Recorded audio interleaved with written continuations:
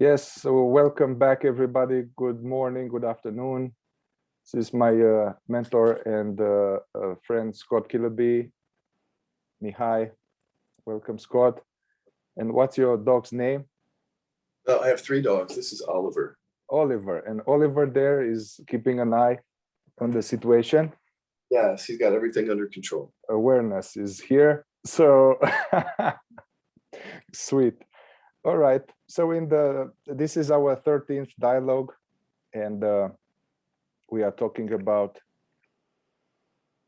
deep stuff, KI, and the necessity to somehow combine being, presence, work, awareness, self-inquiry with ego inquiry, somatic investigation of our pain body and wounds. So that's what we're doing here.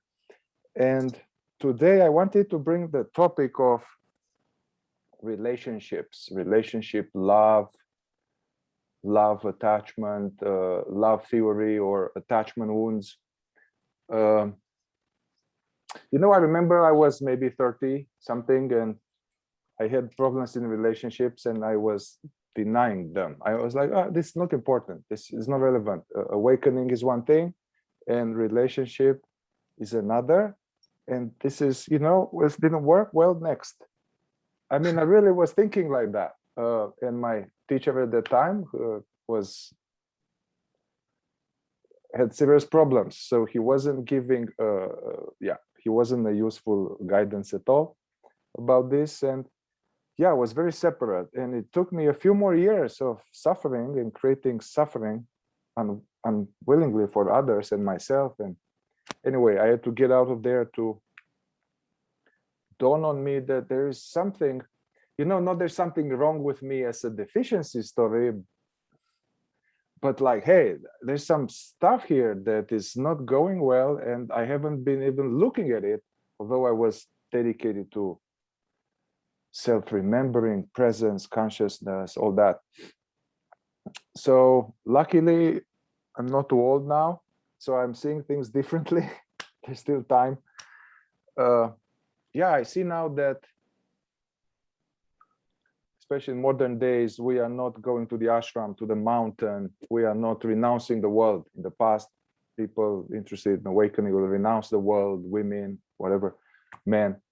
So we are in the world, and it seems that even some of these non-dual teachers these days, better ones, I remember Rupert recommending to some guy who was very peaceful and resting in the peace by himself as an artist. He said, dude, you need to get out there, have a relationship. And also Eckhart Tolle, people who were kind of too peaceful and feeling that they are fully baked, to go out there and have a relationship. So yeah, I look at it now as a laboratory, relationship as a laboratory that can be either extremely torturous or can be very important ingredient to fuel our deprogramming or healing work or awakening work. So it's like a practice, a relationship as an evolutionary practice. So this is what I would like to talk about and somehow maybe explore. Why is that, and what would be an obstacle to looking at it like that? There could be obstacles, old attitudes where we see relationship in another way. So let's kind of start the ball rolling. And yeah. The other day in a video, I was saying that, okay, so when we're kids, relationship is everything. It's how we develop a certain way, relationship with parents and everyone else. And strangely, though, when we get to spirituality, it's sometimes conspicuously absent. It's like, well, if that's the reason that we all kind of got on the search to begin with, because of how we develop, how come we're not going back to that? Yeah, I suppose it's difficult to talk about non-duality relationships for some people. Maybe it just doesn't seem like it.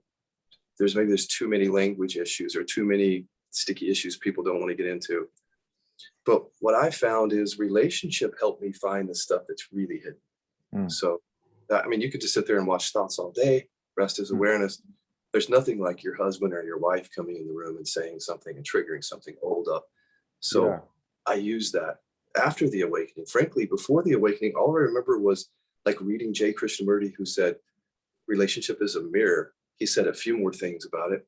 Eckhart said a few things, but I don't think I was focused on relationship as a catalyst or vehicle for awakening until after the non-dual realization. So after, what happened was, with my ex-husband, getting triggered over something he said or did, or didn't do, or didn't say, something like that. And I just went into my room and I just boomeranged it, like, okay, so what deficiency story or what identity is coming up? And then that opened the door, because I realized right then that many of our triggers are coming from that core deficiency story. And I didn't know it until I boomeranged it back. I didn't see it, you know. But once I saw it, I became interested in seeing it everywhere. So that's how this work developed in relationship, was through my own experience of using relationship in my life to find out the areas where I still am asleep or unconscious. And so since then I've used it. It's I can't imagine not using it now, actually. It's very hard for me to understand how you would take a relationship out of the equation when it comes to awakening. But I can see, so there are people, like you said, the monastery or the place where people go, even in their room, even modern day people will do that. They'll spend a lot of time alone, and you can have the recognition, you can meditate, you can inquire on your own. You don't have anybody there upsetting you. I even had a client say to me that his teacher had suggested that the whole point is to pull away from the world. So there's different viewpoints around this, but for me, I can't get over the fact that when I get triggered, it's always in relationship. So it's never just sitting here alone. Usually it's some form of relationship. Even if it's not a person, it's a thing or an event. It's relationship that triggers me. So to me, it would be a big miss to not pay attention to that. And now it comes to mind, we talk about this, like, really, I've been around the mountain for some time, seeking and trying to get guidance and to attain something, trying to get from all these teachers I didn't know, so they will tell me. So anyway, I can see different flavors. Like there's actually, I'm going tomorrow to a satsang with my bosses. My boss is a therapist who is in a tantric non-dual path, and he has a woman enlightened teacher. So I'm going to go there, and she has this approach, like people are coming to her and they report these wonderful states or whatever, and she's like, yeah, nice, how is your relationship, how is it with your wife, you know? Or so she does that. They get into it, they get into it. And now I went to another friend of mine, I won't mention names, who is a reputable and very useful non-dual teacher and addiction specialist. And he told me, you know, when people ask me about this relationships, it just drops, the whole thing drops down to a lower level. I don't want to get into it at all. You know, that's what I'm doing here. This is the sign on my shop is this. I'm not doing that. I was like, oh, okay. So different approaches to look at it. I guess what I got, you know, when I got with Francis and the direct path, it started to get into it, and I got some important pieces. They pointed to me out that I was pursuing, I still had some residual or pursuing, trying to be fixed through finding a partner, trying to get, you know, the assumption, this is the Hollywood assumption or program. This is a program which I think it blocks evolution and actually blocks relationships. The assumption that if I find this someone, then I'm going to be okay finally, you know. So I'm seeking the happiness and peace, what we long for, through the object of the relationship. And so they will tell me this and see that, and point me towards to face my sense of lack, the me feeling the wanting, and to witness the wanting and the wanting and the assumption that it's going to get it. And they would tell me, man, dude, if you look at your life, it never brought it.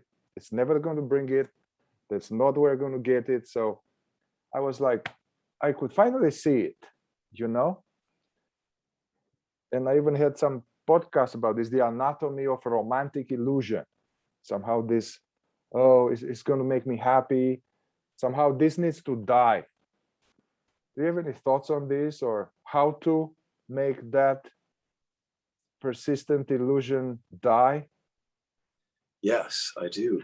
But but it would happen in the context of relationship. I would have to work with it within that context. Otherwise, I might not even see where it's coming from or see the root of it. The way I think we get to it is just by naming a deficiency story. So essentially, when you do believe in a deficiency story, it makes perfect sense that you would think that something outside of yourself is going to make you whole. I feel like that wholeness shows up when the deficiency story isn't strongly identified with. So that's where I would start there. Okay, hang on. So you are saying that this seeking and the romantic chasing of the object is because the deficiency story is not crisply identified. Well, first of all, there's an attraction, which is, I think, biological. We can't overlook that. This is attraction. So what it seems like is that overlaid or infused into the attraction is sometimes, a deficiency story that makes it feel like there's something wrong with me, I'm not lovable. And then you meet somebody and they, at least in the beginning, they show up. Like you're like, I'm looking for this image. Oh, this person has it. And so for a while you feel like, okay, now I'm complete. But then as Algiu says, just wait. At some point, your image gets destroyed and then you come face to face with some of your pain that you were trying to. So for me, focusing on it from the deficiency story is a good place to start. Yeah. I remember I went to Francis some years ago and he didn't answer my question, but he answered my underlying problem, which I had to go back to the video, was like that we think that, you know, I have a problem and I meet someone is going to be okay. And then you have the placebo effect for a little bit. And then the placebo effect wears off. And now you had the same problem, you had it before, it's there, and now you have two problems because the other person has a problem. And so, and he said the prerequisite, this is tall order. So the prerequisite for a good relationship is to have already found within the source of peace and happiness within. Right. But the other thing I would say is, okay, but what if you can find that within the context of relationship? Because that's where the deficiency story shows up, the neediness. So it's like purple brown. So first of all, that's a question now, because it's like, how am I going to, I don't even know what kinds of triggers are going to come up from a partner. How can I know that my realization is whole and complete without kind of testing out? So I would just say, we don't have to bifurcate it like that. You don't have to that first and then this. You can use relationship as a way to recognize the wholeness. Yeah, I can see that his pointer was true, but I was like, okay, well then I shouldn't seek it so much. I don't need this. It's not going to come from there. So it's almost like enforced a little bit more this spiritual version of avoidant attachment. Well, another thing too, Mihai, is it's how we treat addiction in the new model. It's like we don't tell people to use or not use, but we know that they will, and we know that when they do, sometimes because of doing that, they can finally see like what the drivers are. They finally come up. And if they would not have used the thing, they might not see that. So we don't encourage it, but when it happens, you can, that's a ripe event. So it's the same thing with the relationship. Instead of renunciating, can we go into it and find out what the drivers are and work from there? You know, actually, it's a common knowledge in therapy, but it's worth said here. Basically, we are doing okay, and you find a partner, especially if you like the partner a lot, and it's a good polarity, good resonance. It's, and people think, oh, it's going to be wonderful, but actually that thing is going to stir your deepest wounds that have not been resolved yet. And why? Because now going in a bonded relationship evokes family file. Now it's family, so then brings up the past family file. So that's why actually it's a great opportunity to have a family or relationship. Also in the context of family, I noticed, I don't have my own kids, but I know people that now suddenly have kids and they have a toddler and they suddenly remember all kind of stuff from their own childhood, and their own childhood comes up, and their father stuff and the mother stuff. So I guess that's why it's a catalyst to bring up stuff were forgotten, but still lurking, still active. Yeah. So I keep coming back to, like, how could I possibly know what my triggers really are if I don't engage in relationship? Because unconscious and repressed, as you know, and you need that family bonding experience to even have it. So I just keep thinking, like, how would I, when I look back at my own relationship, how would I have ever really gotten to the anger repression if I didn't have somebody to bounce that off of, relationships that I was actually repressing? And how would I even know until I met those people? How would I know while I was in those relationships? How would I know, for example, that a trauma is going to resurface that I'm completely unconscious of until I get into the relationship, and then it comes up? Look, just a different viewpoint. We have room for different viewpoints here, for sure. I like the idea of not divorcing non-duality from our human relative, like in any way where we can just see that it's all infused deeper. Yeah. You know, in terms of going back to what we talked before, just a moment, because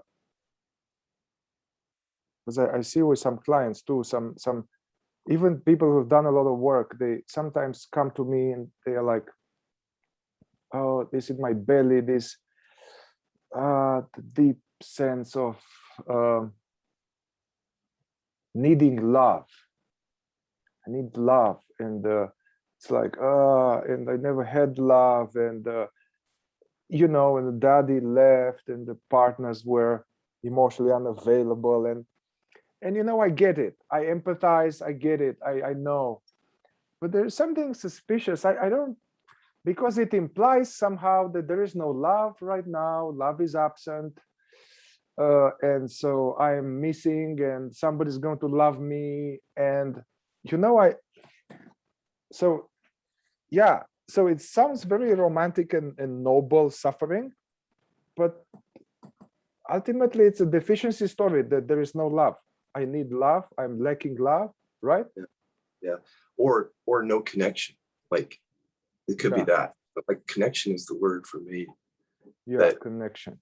For you, it was love died, but you know, it's different for each other. But same principle, that what you're saying.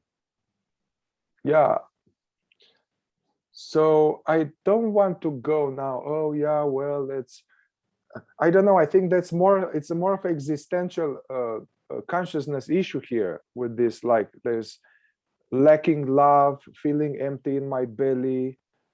This is yeah, this is somehow, I think for me it's a symptom of, yes, maybe attachment wounds, father wound, mother wound, something missing in childhood, but also is that we are not in touch with our true self.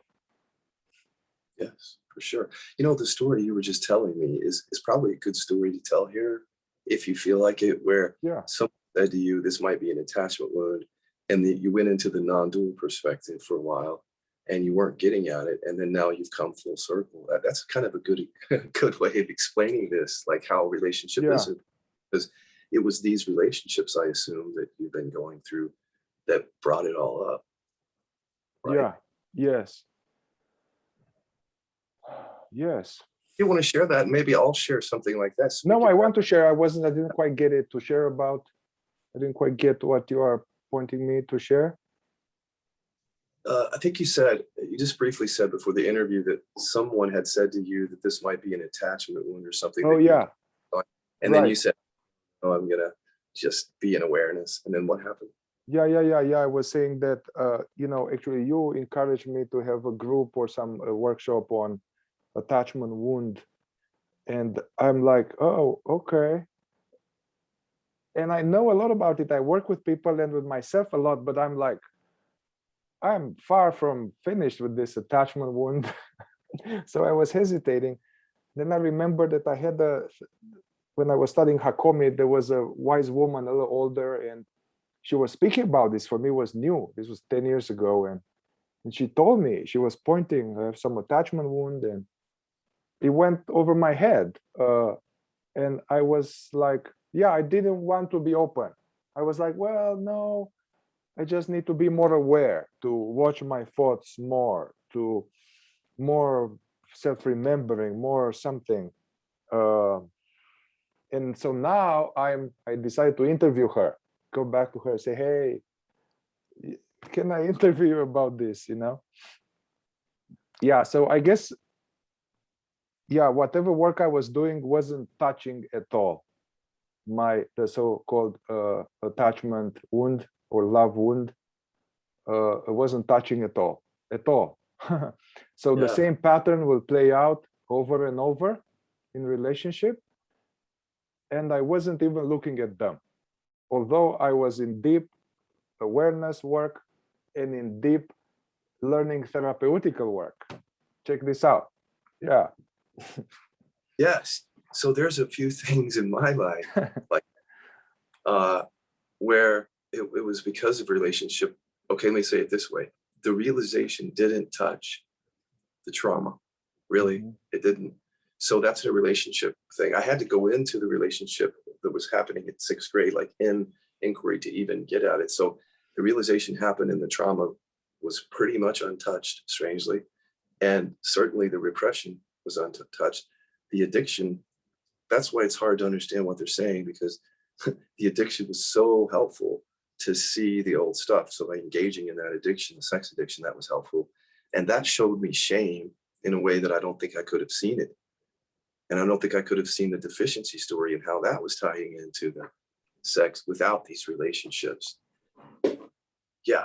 So I don't know, maybe teachers just want to keep it clean and simple, give them the benefit of the doubt. They just say, don't worry about that. Keep it simple. Notice that your awareness, notice whatever comes and goes.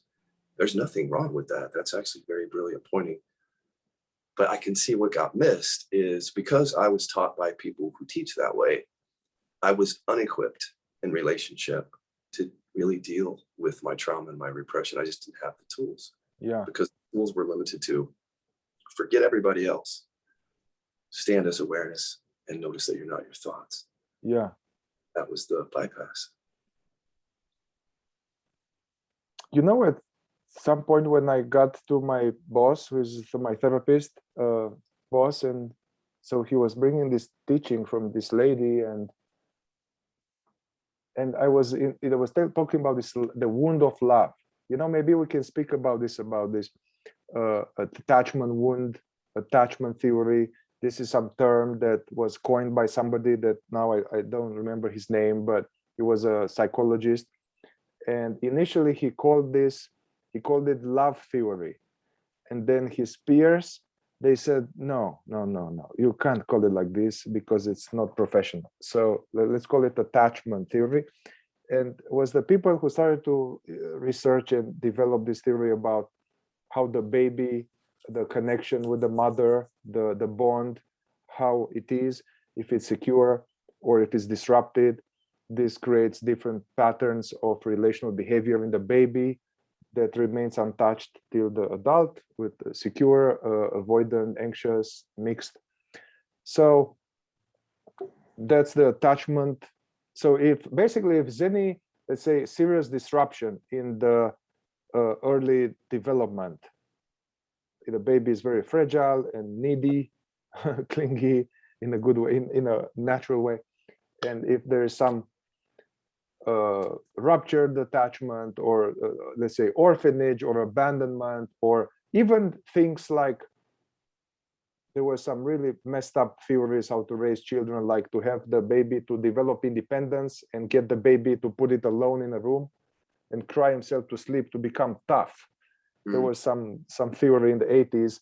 And so basically, which is really traumatizing. So the baby now is live by himself in a room and crying himself to sleep. Anyway, even this is a attachment trauma.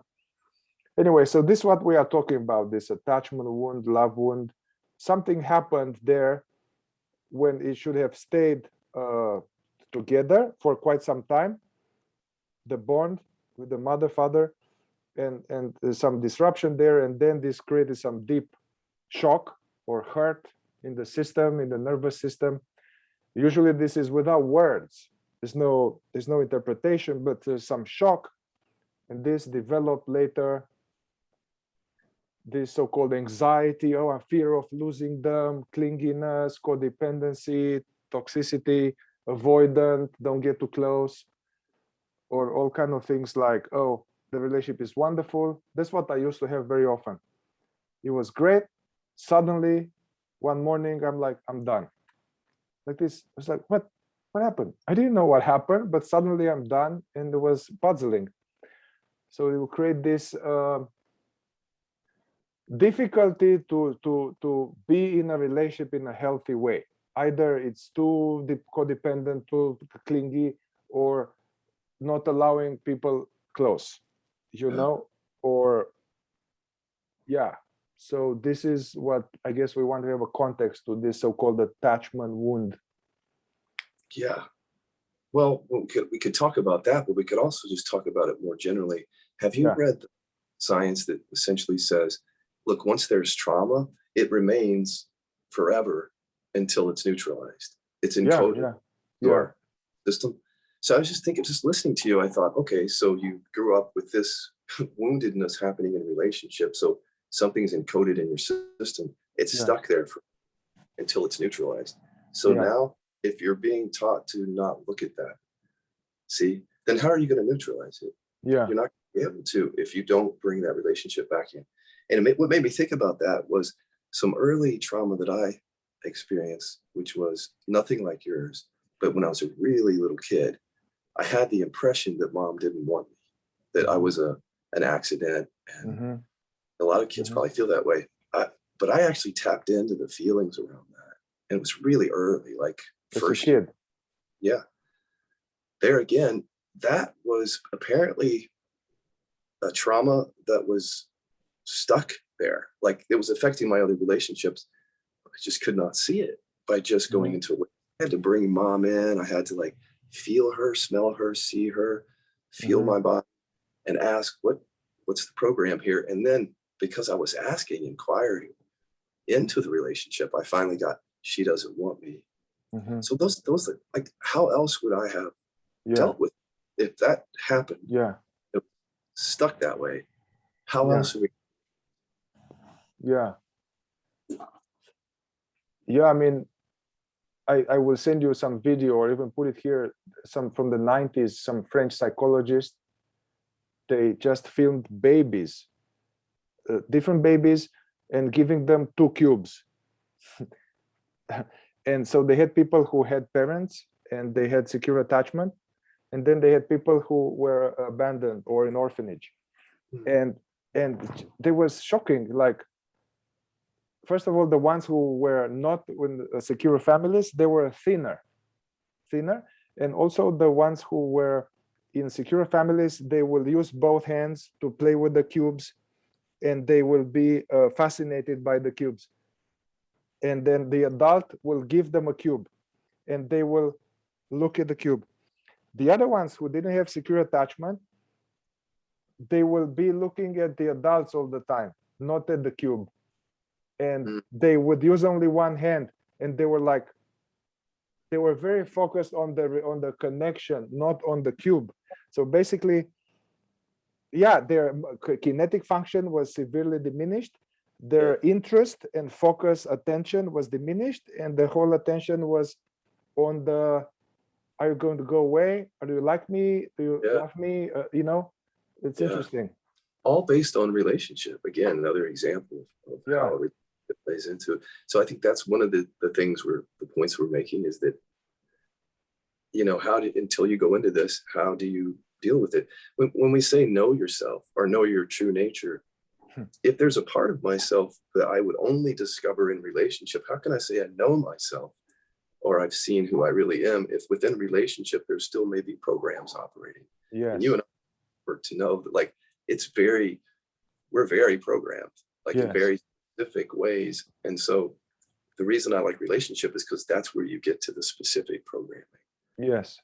Not just is there a self, which is very general, is there a self? Okay. No, but is there a belief that you are not good enough, or that you're, because of that's specific, to that relationship? And I feel like the embodiment piece, I'll just go out on a limb here. I don't know how to do embodiment work without relationship. I wouldn't know what that would look like, actually. Yeah. Yeah. Yeah. Do you? No, it's not possible. Now I remember this lady was telling me about attachment wounds. She was talking about embodiment years ago to me. And I was like, it's a concept. I was like, well, I don't know, man. That seemed like some hippie, new agey thing. Yeah. Meanwhile, I have this wound in my sternum. Right? Yeah. You know, for me, actually, so that's the thing, all right, let's back up. So everybody may have a deficiency story that comes up in relationship, you know? So let's say, okay, I'm unworthy of love and respect. I'm not lovable, whatever. It's not safe to be myself. I have to hide.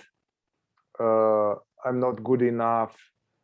I don't trust. You know, these are garden variety deficiency stories that everybody has to some degree. Now, when we go, you can still have no attachment wound there and still have deficiency story. Basically, you can have secure attachment with the parents, but there were some other negative elements into it that created this disruption. Now, with the attachment wound, which is more connected to abandonment, rejection, or disrupted bond, then you have other things like it's not safe to get close, it's not safe to trust, not safe to let someone in one's heart. Oh, they're going to leave me. I don't trust love. So it's a question. It's not even about oneself in some way. It's about the whole relational field. Yeah. Somehow. Or well, yeah. No, I like that, because I can't. How did you just say that? Say it one more time. It's not really about the self. It's about the whole relational field. Yeah, it casts. I think we really learn it in KI, don't you? How that is, that it's really a complex network of thoughts and programs between people because of the dynamic of that. It's not just like there's a self over here as an island unto himself, completely disconnected from everyone else, and then you can just wake up from that self. Yeah. That self is actually a result of all those relationships. That's a really good way of saying it. Yes, the self, like the me, the ego self, I guess, it's the result of all of this. Yeah. Yeah. So for me, that didn't even come up. It's so deep and also pre-verbal that it came up only I started to do a psychedelic journey myself as a client. And I was preoccupied by whatever, more transcendence, more things like that, more presence. And then with the eyes closed under the influence of some medicine substance, it will evoke this non-spiritual turmoil and burning in my body and the yucky feeling of like that I never had during everyday life, some kind of separation, feeling squirmy, like, you know. So that was interesting. So that for me brought these things, and I was like, whoa, what is this? Oh, I really definitely don't want this. But I could look back, I could see that each of these mushroom or MDMA, it started to bring these repressed states, trauma states, and it washed some of them. I think I guess it was felt fully, some of them, and then it calmed. but still I didn't have the technology to understand the cognitive, the hidden thoughts in those distress states. Like, I don't trust you, don't come, I don't trust love, I'm not going to, I don't want a relationship, I want just a polyamorous, non-exclusive, you know, or I'm alone. So I didn't, you know, somehow that was helpful, but I think this will be combined with also with unpacking the hidden subconscious mental message in that yuckiness. Like, I'm alone, I will always be alone, there's no love or something. Yeah. I don't know if this is kind of off topic, but it's similar. I remember Ken Wilber saying, there really is no such thing as a self in the world, not even relatively. It's like, what? But what he's saying is that content is so important. It's just like a leaf. You're not going to find a leaf out there. You're going to find a maple leaf or an oak leaf or something. It's everything is distinct. And so every human is distinct. And so when we look for the self, for example, what is that? Like, what are we talking? What's the specific content of that self? If I don't even know what that is, how can I say I've seen through that if I don't know what it is? So there's an example in the body where you really don't know what it is until you do that somatic inquiry. There's insight that gets gained from seeing content that you wouldn't have had maybe if you were just not that way. And also for me, it's been a richer realization to include relationship. I feel like if you don't include relationship, you kind of have to either boundary everybody off and live by yourself, or I don't know how people navigate relationship, frankly, because that's where all the juice is. I like your maybe some of my favorite inquiries, KI inquiries, to target this area of intimacy, love, relationship. I remember you had a video inspired by Eckhart Tolle statement, who said relationships are not meant to make you happy, are at best going to make you more conscious. So I remember that you suggested this reverse inquiry when you're in a relationship, to look at the person and says, this relationship is not meant to make me happy, which is awesome, because this brings up, this targets that program of trying to fulfill my lack through the relationship, and the ego will oppose that. And you had another one, like, you see your partner and it's like, I'm not afraid to lose him or her. And you said, yeah, can you speak a little bit about, maybe some more practical experiential tools to get into it? Yeah, well, just the thing about I'm okay to lose him, for example, how would you be able to look at that if you weren't in a relationship? That's just an example of like, so in meditation all the time, you're not in a relationship, you can kind of look at that thought that comes up, like, I'm afraid to lose her or whatever. But there's nothing like being in the relationship where the actual fear is there. And so that's how I contacted, because it was there in the relationship. So that's just another example of that. But something else came up for me as you were talking, which is Greg Good used to talk to me like this, see if I can articulate it. It's like, if we say anything about ourselves, we almost have to say in comparison to what, or in relation to what, because there really isn't a self over here. Everything is dynamically connected to everything else. So when we say anything about ourselves, we're already implying other. If I say I'm unsafe, compared to who, around who? If I'm unsafe, based on what relationships? So see, that's the important point is to make there. And this I, when, this I feeling, I'm alone, I am unloved, there's no love for me. So this me, that feels the most intimate sense of me, the most personal. Francis was calling like the little me, the sweet me, but that's not the real me. basically. That's the core of the sense of separation. Yes. At the same time, it's tricky. We can't say, oh yeah, that's not me, so it's kind of, now I'm transcending it, and somehow it needs to be not rejected, this Yes, I mean, if people could know the sessions that I've had with people, that would just answer it. Because I'm just recalling, for example, a session with someone who had recognized the awareness, but had taken the approach that doesn't have anything to do with relationship. And so then he was married and had kids and a wife, and he felt completely disconnected from them. And there's no intimacy. It's like he couldn't even enjoy watching them because he was so disconnected. And it was all about not including relationships. So we went right into it, like go down. So we didn't include his body. That's not a coincidence. See, his body wasn't brought in, and therefore the relationship thing. I feel like the body is where we start to really get into the relationship work. Yeah. And then he did. And so it definitely changed for him. He reported back that much more alive, more connected with his kids, less shame, everything.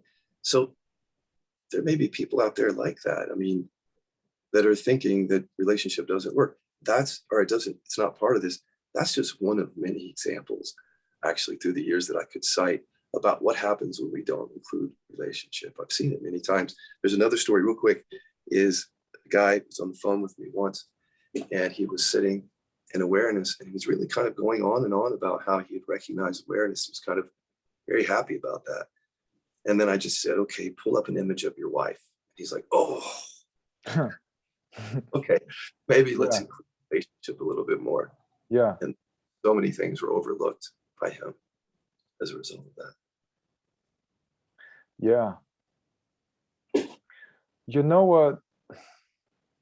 In more like regular psychology or somatic psychology, they say that attachment wounds, they heal relationally. You can't heal them by yourself or on a meditation cushion. So it needs to be another person, so that the wounded experience that was in the system and trapped, spinning, it's not too late to be reformatted in either, let's say, in the relationship with a teacher, a guru, or a therapist, or a partner, that there are enough tools and wisdom to walk through on the other side, or even by being a parent oneself. Being a parent oneself, wise, mindful parent, one can give to the child what we didn't have. Anyway, so that's what they say. That's yeah, otherwise it doesn't go there. And actually in the relationship with the therapist, or will come up, he's going to leave me, or he doesn't really, yeah. Do you have any thoughts on that? I mean, I think you're saying it with attachment wound, but I would say there's a like that. There's what? A lot of traumas where we need another person, even if we need the other people in inquiry. Like if we don't even bring people in inquiry, you can miss things. So it's one thing not to have a relationship, but if you refuse to bring people up in your awareness, you might not even be able to get to some of these traumas for the reason you said. And here's the thing about repression is, here I'm always talking about that, but the way that showed up for me was chronic pain. Had I taken the stance that relationship isn't important, I could have just been in some serious pain for a long, long time. It was actually that I discovered in relationship that I repress anger, and it was the only way I discovered it. I had to actually pull people up in my inquiry, or it wouldn't even come up. So this is actually potentially dangerous, actually. I'll say that to encourage that much bypassing. You know, you're lucky if you don't get into a situation where you have serious pain because you've been bypassing. You're lucky if because of ignoring addiction, you're not now in full-blown addiction even after the awakening. And that's how I feel about it. Like, I don't know how to not include that with something like trauma work. I see. So not just attachment wounds, but yeah, I agree with you. Any serious wounds, we need this co-regulation with another compassionate, loving, stable adult in the same room. That helps. This, the so-called transmission helps. And this is not just with the guru with the white rose or something. It's some transmission of that. Yeah. The other thing is just people listening. I think this is an easy way to see it. If you close your eyes and you just rest as awareness without imagining, as if there are no people anywhere, and you say, I'm safe, you might get one response, whatever that is. But now if you pull up all the important people in your life, there they all are, and you say this, I'm safe, you're likely going to get a bigger objection on the second one. Yeah. Which to me points to the fact of not bringing people in is where the bypassing comes. Yeah. Yeah, I do now this KI module, and is this pitfalls to do the inquiry, to abstract, to empty, and so let's bring in the panorama or the what you call the VIPs, and not to do them just in a headspace, but have the headspace with the people, and aware of any discomfort in the body, and inquire with this too. And then it's not just say, but like I don't have to hide. I am whatever. Yeah. Okay, so in this tantric non-dual thing, they say something even more radical. I think I sent you some interview I had with Spencer from his teacher, and actually his teacher was a student of Adida. So there they were saying that basically this love wound cannot be healed at the human level. Basically, you are never going to heal it with someone else, because someone else is going to leave, is going to die, it's not going to be solved. The problem is, the solution is not the same level. And basically all of this unlovable, alone, unworthy, yucky feelings, somehow they are going to be only integrated and solved by getting soothed by the sense of one's own presence, which is God, but not cerebral, mental, dry presence. Somehow the pain of the hurt needs to be the embodied, yummy feeling of presence, which is God loving me. Anyway, so it's very like, basically you need to take your complaint to God, and you need to get straight with God, and that will solve your attachment wounds. Not by avoiding it, not transcending it, somehow to let them devour you also. Let them devour you, but not to contract into them, and to I can see some truth of that. Any thoughts on this? Yeah, I mean, I can see some truth in that too, actually. So there's one thing that I do agree with there is that, yeah, the other person is not going to heal us. And that's maybe what they're saying. Like, if you continue to look for the wholeness in someone else or outside yourself, you're not going to find it there. But then how do we go from there to, I'm not even going to consider someone else, even in my inquiry, as if I exist as an island unto myself? Yeah. I think that's the difference. To me, they're going too far. I understand you're not going to, but for me, the other person is what helps me to see the wound. And if I don't have that other person, I might not even see it. It might not even come up. So it's not that the other person heals me, no, but the other there as a mirror to show me what's here. Yeah. I see. And then the other thing is, like, the whole thing, if you think you're enlightened, go spend time with your parents. Yeah. Like, I don't think that's a joke. I think that's actually really wise, because I think that relationship and how it gets bypassed. Sometimes. Yeah, Ram said this, but ultimately it's equivalent to, if you're so enlightened, how is your relationship too? Because the relationship is going to bring up the parents file. Yeah. So not to minimize, not to, I think I simplified what this tantric non-dual approach said, because they said, hey, your path towards embodied awakening is to be able to love your partner fully, you know, and because this woman is not a woman actually, and this is God right here. And Yeah. so, you know, it's not, it has this element. And then basically they are saying that all that you play out with mommy and daddy, you play out with relationship, and you play out with God, with source somehow. And even this rejecting of feelings, like not repressing, rejecting one's feelings, is rejecting the feminine side of consciousness, like the source. Or anyway, I'll go tomorrow, I'll see what I get from there some more. Yeah. I don't know if there's anything to add to that. Well, okay, so much of that I agree with. First of all, it's like if the other person, I don't know how you said it, but something in there that I agreed with. Really, the only thing we're saying different here is why not bring up some of the programs that keep you from seeing that that's God. Like, I agree with that. Hey, there's God, there's me looking back at me.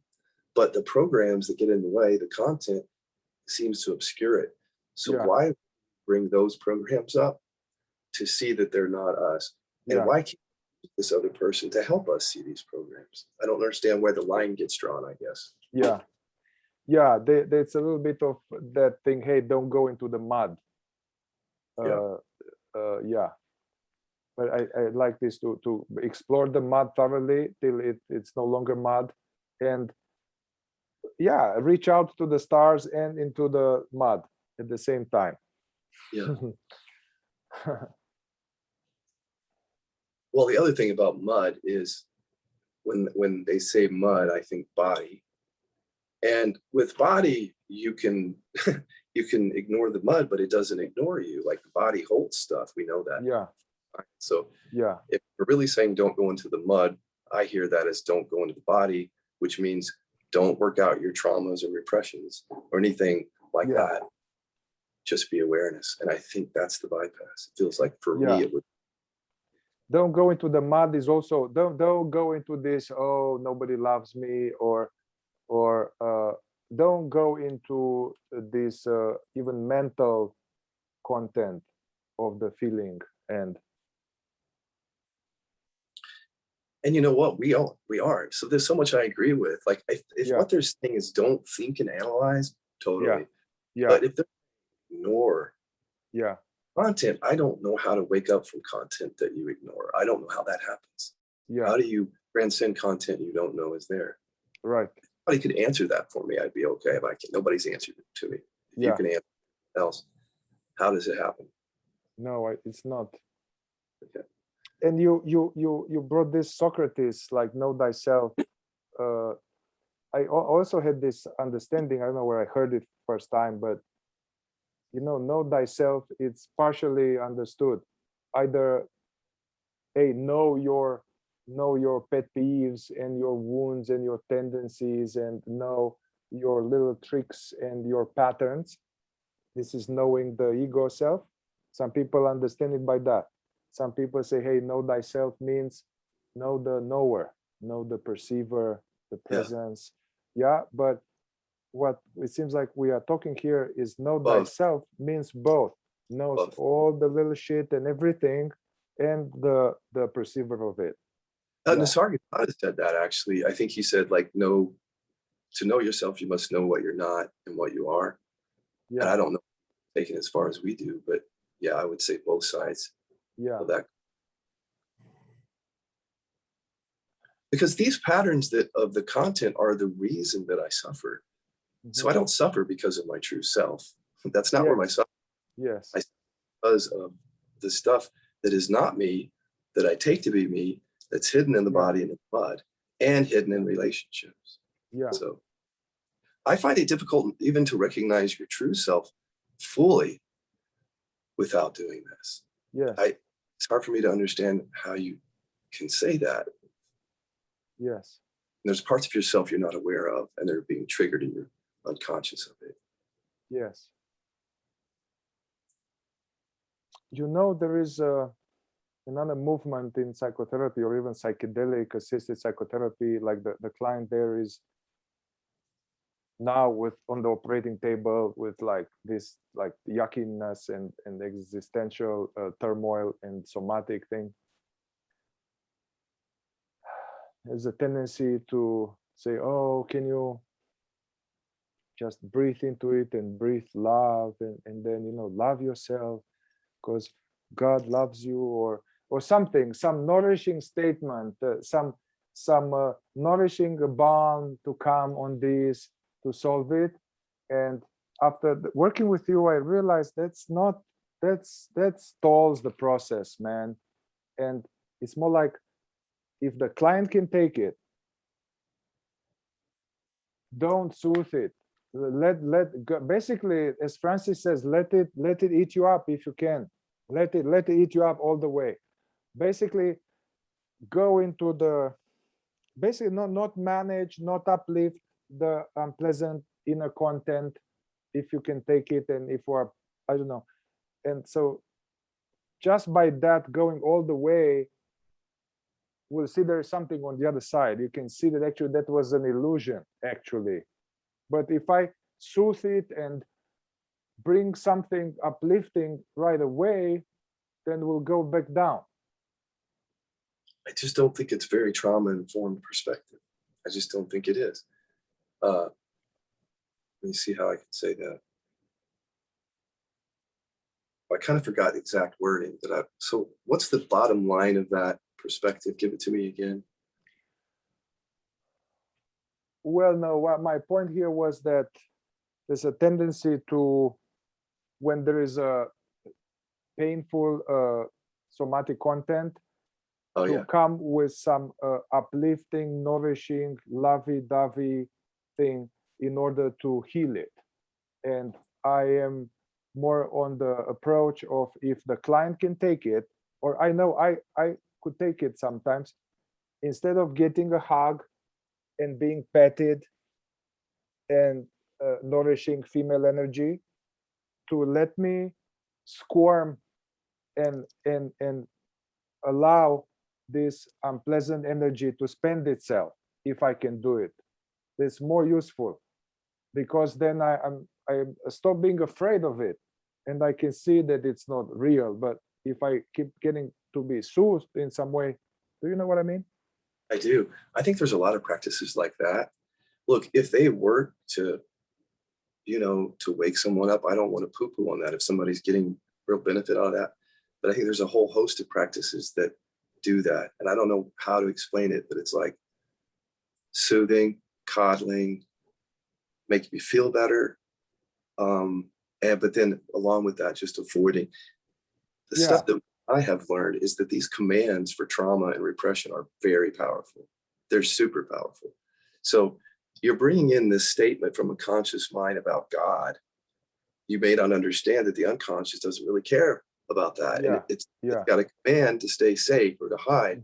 So you hope that your statement somehow gets to that. That's almost like wishful thinking, or like, how does it necessarily get to it? Like, how do we know? But if you pull it up, now you've gotten to it. You can actually see it now. Without seeing it, you're hoping that this method comes in and does something to something you can't even really see it. You don't even know. You're just kind of a hope and a prayer there. I don't know, man. I've worked with a lot of people here now that are sick from doing certain practices through the years, when they recognized that they were coddling themselves, they were spiritual materialism, all sorts of things. And then they come to KI, and at first there's a big crash because everything that they avoided through practices like that has a way of coming up in KI. So I don't want to poo-poo someone's practice. I mean, it's not, I don't mind triggering people. It's just some of these practices I don't know enough about. Like, if I can understand more about it and maybe use it, I would see. But at first glance, it sounds like some of these things where it's almost like the pointers, I hate to say this, they're almost like designed to avoid or not deal with certain things. Yes, I was talking to somebody who is doing psychedelic work with people, and I was talking to this person and was talking about her life. And it came very quickly that this deep, I don't like to be alone. I'm alone, and that's why all this I'm grasping, and then wanted me to do some work with her, even, let's say, with the psychedelic context. And I told her, listen, if we do something like this, I don't want to soothe you or to hug you or to, I want you to squirm. I want you to take it. She was like, oh no, I don't like that. I'm afraid. I was like, well, yeah, that's, you can take it. You need to go there. Otherwise you always run away from this. And anyway, I knew all this because of my own experience. And somehow, once I was able to face it, even a little bit, it changed the relationship towards these monsters, you know? Yeah.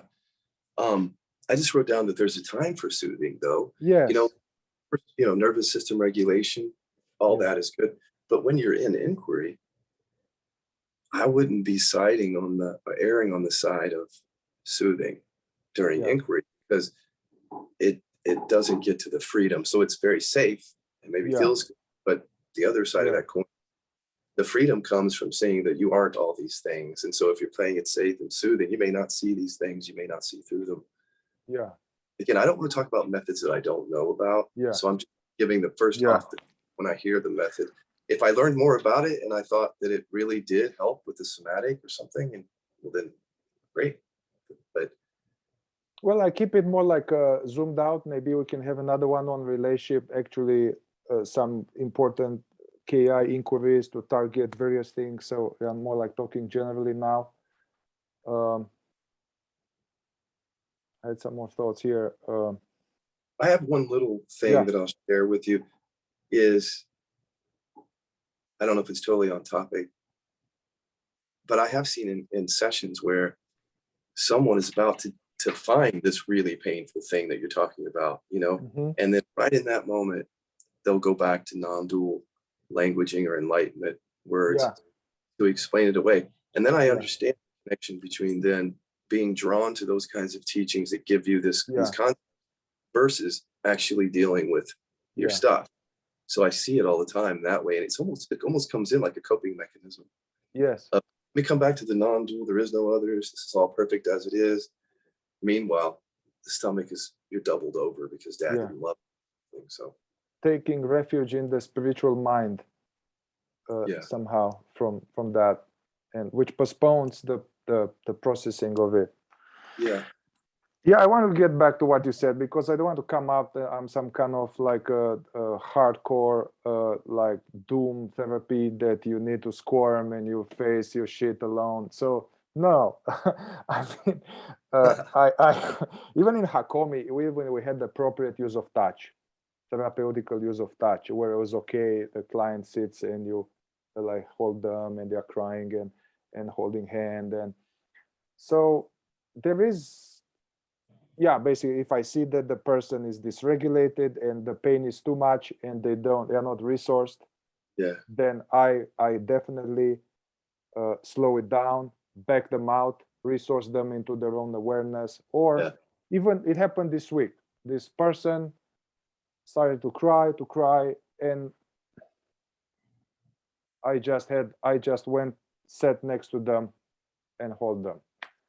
No, I don't know. It just, that felt right. And that was actually right, because the person cried even more. Okay, we didn't fully process, get to the bottom of the program, but that was the right thing to do. I remember even we had some impromptu session in my car when you came here, and I was doubled over with crying. And I remember that although I was deep in it, you put your hand on my back. I remember that. I was like, oh, that was good. I needed that. And, that's. But we still went deep, though. Even I did that. We continued. Yeah.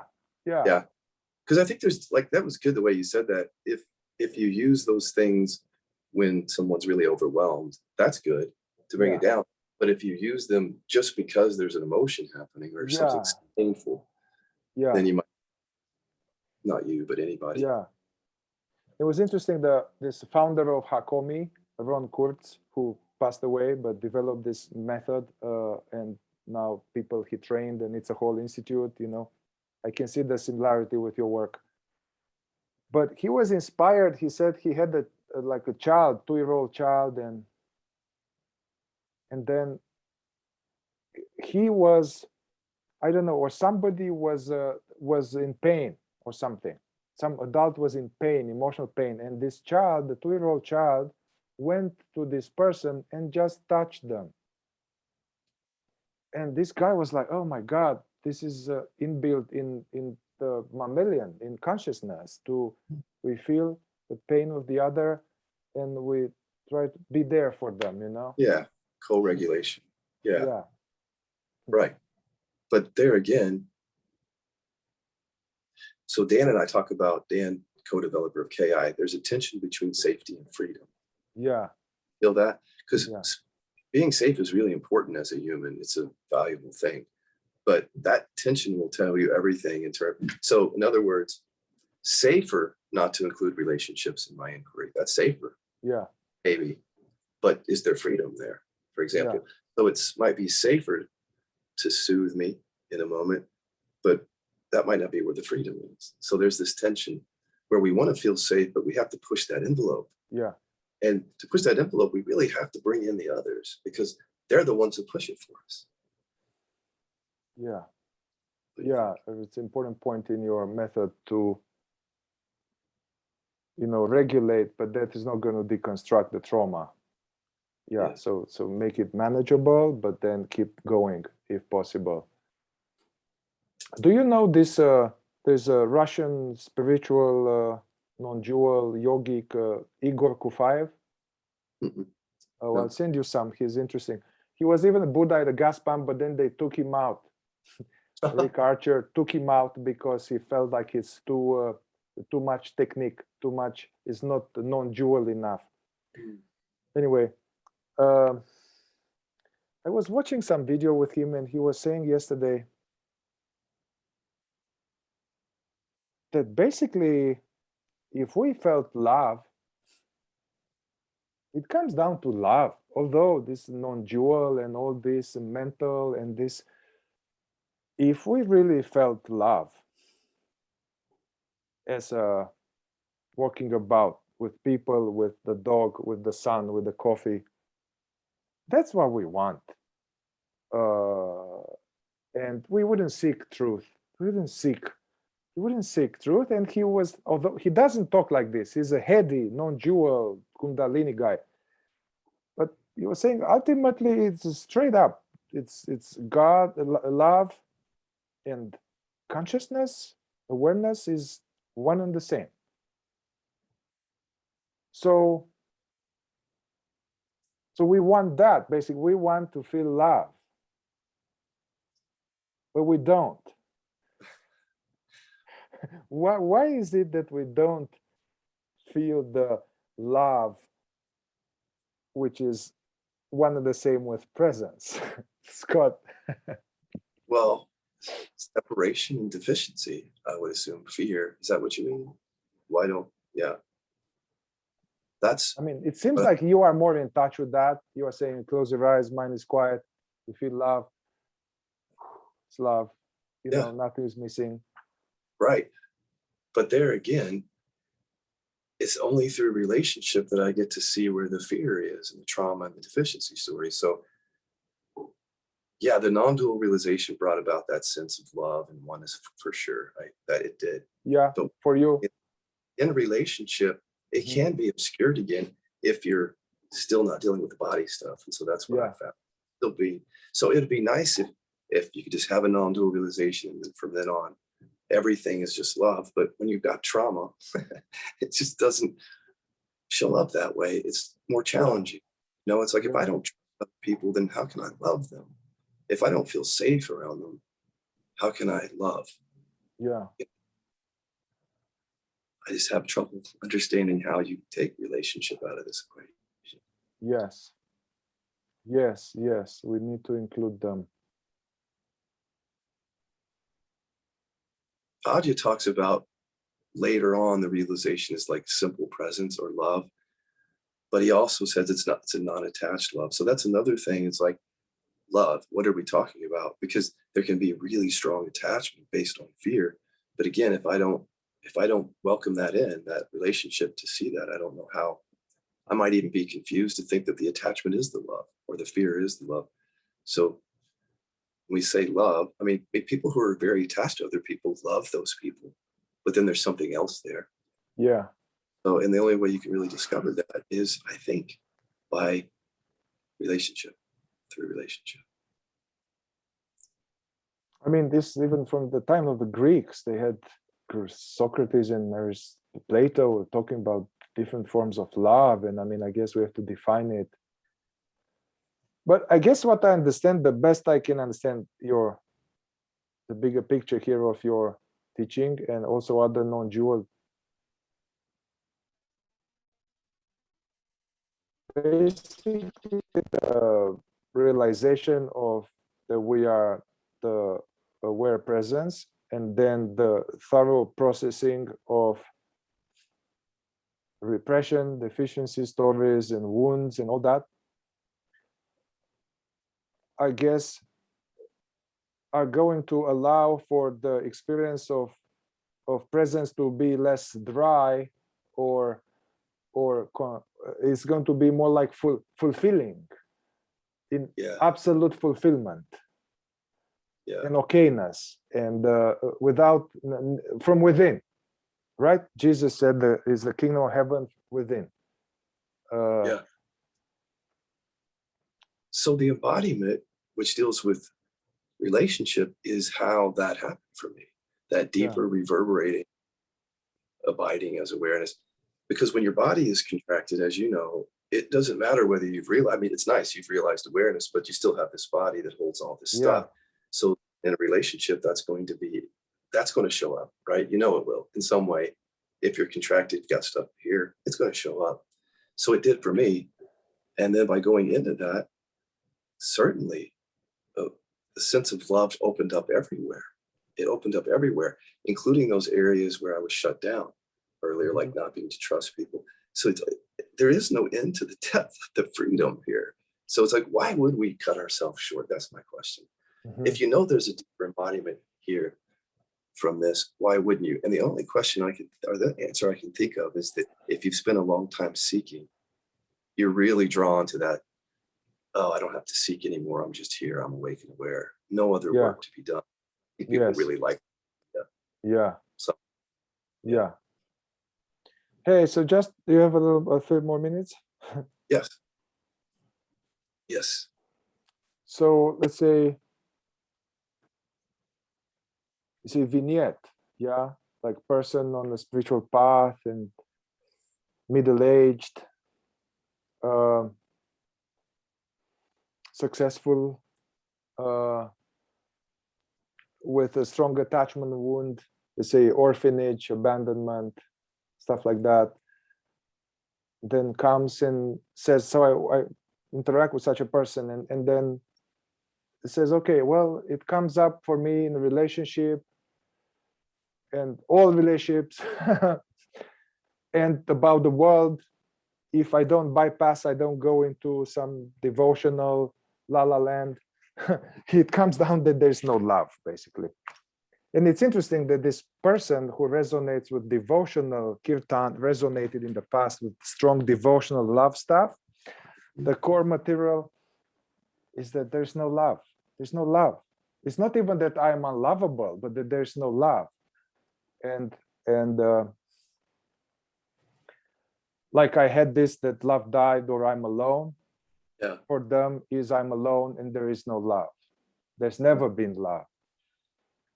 So at the same time, I work with this person and I get the sense that they are making love. They want love to be juicy.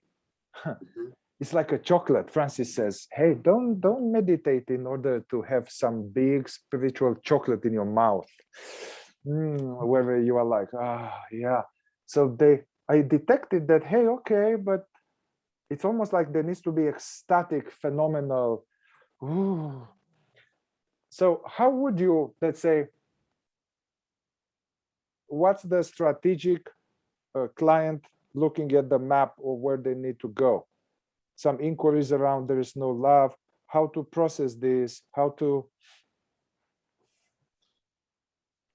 So this is an example where relationship is so important, right? Because and she's in a relationship with someone, she does, Yeah. they both do KI, you know? Well, meaning that this idea that there's no love probably manifested in relationship, right? It's Yes. because compared to who? Yes. Yes. Relationship. And Yes. so bring those in, those relationships, all the major ones. And just like anything, I would find, first of all, the deficiency story, because that might be playing into it. Well, that's the defish story. There is no love. There's no love. There may be another version of that that's even more personal, like but it could be just be that there's no love. I would spend a lot of time on that in relationship. So like, if you do that without relationship, there's no love. I don't even know where do you go. Yeah. Like, so, but when you bring them in, it's like, there's no love, proof. And then now that you can see it, you can see through it, you can bring it all up. I don't know, until I work with that person, I don't know exactly where to go specifically, but that's where I would start, is just relentlessly bringing up relationship to see this is the program that they have, and then taking little avenues from there, utility, different reverses. Yeah. Yeah, we're studying also reverse inquiry and customize them for with this person, and in the group where I was doing. So this came up. There's no love, and it was similar to mine somehow. So it was interesting to observe how the reverse inquiries, they may be customized for her material, were deep non-dual devotional pointers. So the reverse inquiry would be, there is only love. Love is everywhere, you know, but not to give it to them as a like juicy thing, right? But like, I have never been disconnected from love. Love is what I am. Yeah. There is always love. I am love. I don't know. Source loves me right now. Yeah. So stuff like that. Yeah, that's good. Used as reverse inquiries, although they seem like, you know, t-shirt. Yeah, because okay, that's a really good point. If I say that as an affirmation, it goes somewhat deep. If I say there's only love, for a moment. But if I say reverse inquiry, it pulls up the objections. See, that's where I think the bypassing happens, is that we don't see what we really believe. And so instead of seeing what we really believe, we bring in another statement to all love, as if that's just going to cover up or demolish, annihilate every one of our programs deeply rooted into the body. We don't know that that happens. We don't know that that does that. But if, at least if you say it as a reverse inquiry, there's love everywhere, then at least you can see that it is getting to those things. You can see those things coming up. But as an affirmation, there's just there's no way to know what goes all the way fully in and is grokked, realized. And you could also, in a moment, that's another thing, is like in a moment, it could feel true. Like there's only love, like, yes, because you're resting as awareness. But again, then go call your mom up and call your, and see if there's love. And then in that relationship, you'll see those programs, coming. Yeah. What about this thing that, to me, it smelled that the love is like a state, like a feeling, and you have to feel it, and it has to feel like blissful. And so I feel that this is not true, but I don't know, maybe I didn't have my heart awakening or whatever. So maybe it's my own shit. Also, remember I was listening to Robert Adams, and he was saying that student of Ramana, very enlightened. One of those guys like Ramana, very enlightened as a child. So I don't know, almost from another past life, whatever. But he would say that the self is Sat Chit Ananda, which is the aware presence, bliss, and I was like, I don't feel bliss, man. Anyway, then I went to Laura said, no, it's, you know, it's a mistranslation. It's more like a, anyway, so I think this love doesn't need to be like yummy and juicy and like blissful. It can be just kindness and being open. Or yeah, you do you live in some kind of ecstatic thing like this? No. No, what Algiu says is more like my experience when he says it's a simple presence. It's a simple love. It's not even hugely transcendental or like I am everything, ecstatic. It's not that. Yeah. Very simple. But I think that when people first have the experience where you can have those and start talking about the experience, yeah, and then it changes over time. So the experience is big, but then later on it's much more subtle and simple. And it's good that Algiu talks about that, because otherwise then people are left to believe then that if you have this amazing bliss and ecstatic love, you're not realized. Yeah. That's what they say actually, Francis, and the people, that when you're more clogged, then there's an opening, it will come with bells and whistles and with phenomenal pleasure.